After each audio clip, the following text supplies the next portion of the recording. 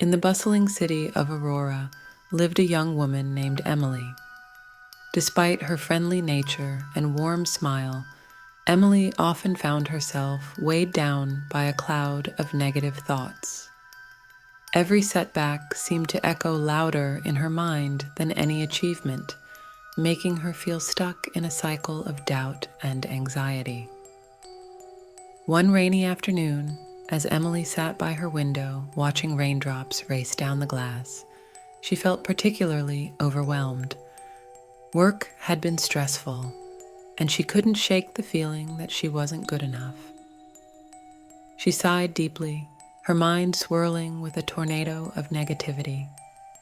Determined to find a way out, Emily decided to visit the local library. She wandered through the aisles until a book caught her eye. The Power of Ignoring: How to Fight Negative Thoughts and Win. Intrigued, she borrowed it and hurried home. That evening, Emily delved into the book. It introduced a concept that seemed both simple and revolutionary: ignoring negative thoughts.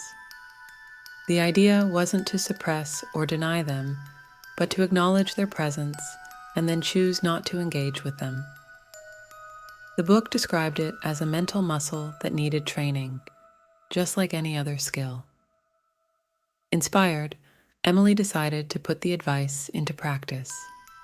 She started small. The next morning, when her mind began its usual tirade about her perceived inadequacies at work, she took a deep breath and reminded herself of the book's teachings. "I hear you," she thought to herself, "but I'm choosing not to listen."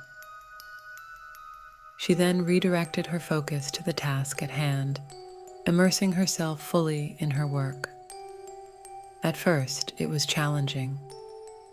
The negative thoughts were persistent, like uninvited guests refusing to leave.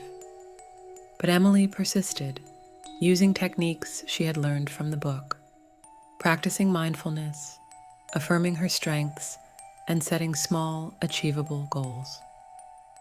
Gradually, she noticed a shift.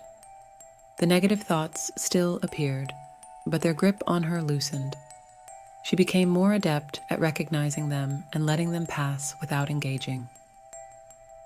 Weeks turned into months, and Emily's life began to change. She felt lighter, more confident, and surprisingly more productive. Her colleagues noticed her newfound enthusiasm and positivity, and her work performance improved.